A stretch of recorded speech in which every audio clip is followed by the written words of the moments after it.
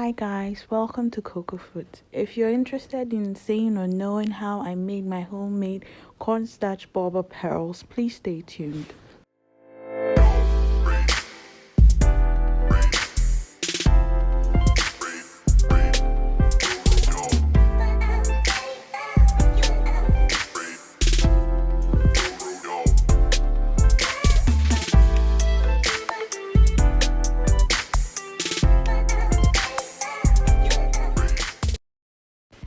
Okay, so I'm going to put the ingredients I used in the description box and also on the screen. So I started with pouring the water into a non-stick pan. And then I went ahead to add the honey and then the sugar to it. And I'm trying to get all of the honey out of the container or the bowl, however you want to call it. So I didn't get to that also. I tried to use my spatula, my wooden spatula, to do it, and I got most of it out. So yeah.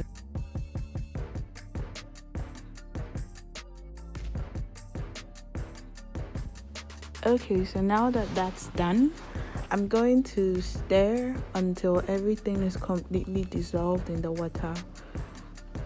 No streaks, no nothing. I'm going to try to get everything dissolved. Okay, so I just changed angles, changed table anyway, because it's like my hand was getting in the way of the camera. So I'll just keep on stirring and stirring. So I'll come back when it's all completely dissolved. Okay, so as it's completely dissolved or combined, I'm going to add my cornstarch to it, and I'm going to also stir until it's also completely dissolved. You want it to dissolve completely before you put it on the fire, else you get lumps and raw flour and stuff inside your boba, and it's not really nice like that. So I'm just trying to crush any. You could have sieved it. Well, I could have sieved it before doing this, but then I didn't do that. So I try to break any clumps and stuff, and it's done. So you want to get it on your fire, and you want to stir. Don't leave it. Continue stirring. You want to stir constantly. Don't leave it for a second. Continue stirring constantly. Just basically don't leave it. And it's quite unfortunate. I zoomed in so much, my hand is blocking the camera. So I think I didn't stir it completely before putting it on the fire, so you'd see a little bit of powder here and there, and that's what I mean by you should try to dissolve it completely. So it's going to make it look streaky and stuff, and it's not. So yeah, you're going to stir, just stir. Basically, that's all we're going to do until you start getting a doughy consistency. Everything is sticking to the spatula. Press it down like you're trying to knead it. That's on the fire.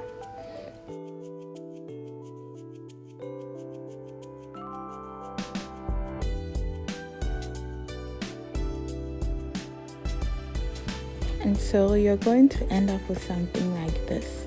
And this is perfect because we're going to start kneading it like we've gotten a normal dough that we're going to work with.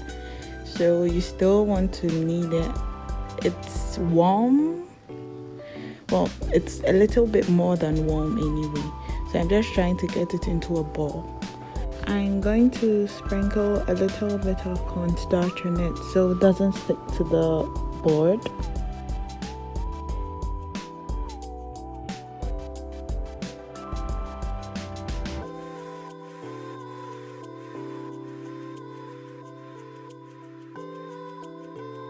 So I was just rolling it out and into a thin sheet.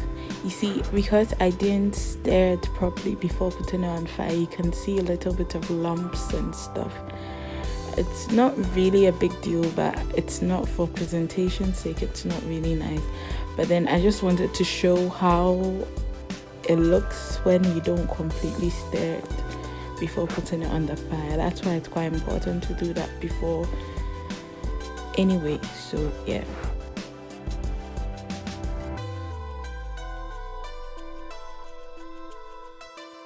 Going ahead to cut it into little pieces, not necessarily of the same size, but because I'm not going to use a straw to drink it, I was going to use a spoon, but then to eat it, well, to suck it, I don't know, to put it in my mouth, you get the point. But then I was trying to make it into little pieces before I can roll them like that. So when I take it and then it's quite huge, then I take some off of it and then put it aside and add it to a little one, like the piece beside my hand there. If it's too small, I add to it. If it's too little, then I take from it. I hope it makes sense. I don't know. So then I had a little bit of cornstarch on the side in a bowl, so I drop them into it, and I'm just fast forwarding it because who wants a long video of anyone rolling stuff? And we're still rolling. That was the last one, and I'm just going to shake the ones that aren't covered with the cornstarch. And yeah.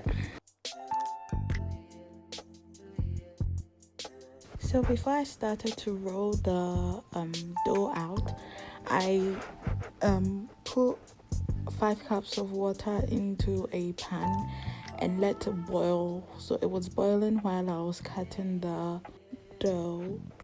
And I also put a cup of water in the freezer for it to cool down, like for an ice bath, and you'll see why.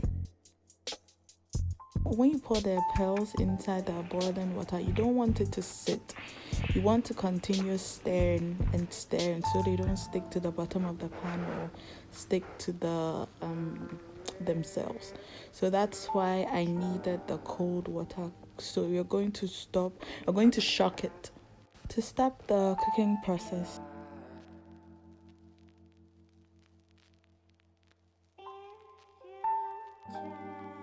So I just added the Bobba Pearls to a chocolate drink, and it was really good. This was my very first time tasting it and my very first time doing it, and I'm very proud of myself. So guys, if you liked this video, if you enjoyed it, please like and please subscribe to my channel. I'm new here, please. Thank you very much. So yeah, you can use this to drink. You can drink it with a milkshake, you can drink it with coffee, you can drink it with anything. It's just, and I didn't even have to add any toast or any bread or biscuits to it. It was quite filling. So I went ahead to add some almond milk, and it's really the quantity you prefer. And then I added a little bit of the water that I used for the ice bath. And so that's the end of my video. Thank you for watching. I really appreciate it. Don't forget to subscribe, like, comment, turn on post notifications, share. Bye.